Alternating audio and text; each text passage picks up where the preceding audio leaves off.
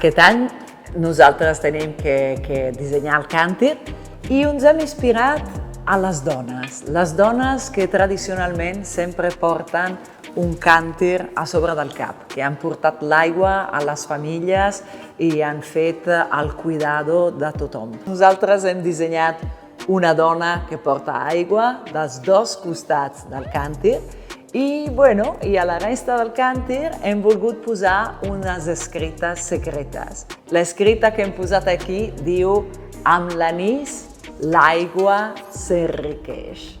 I una altra escrita que hem posat aquí recorda Sant Domènec, que és el sant d'Argentona, un sant fantàstic perquè ha purificat l'aigua i també és el sant patró del meu fill, que es diu Domènec. I també hi ha aquesta cosa fantàstica que amb una forma d'aquest tipus el càntir s'agafa bé o pots fer servir sense la nansa, però si vols beure d'una altra manera també pots utilitzar la nansa d'una manera més pràctica per agafar-lo i portar-lo.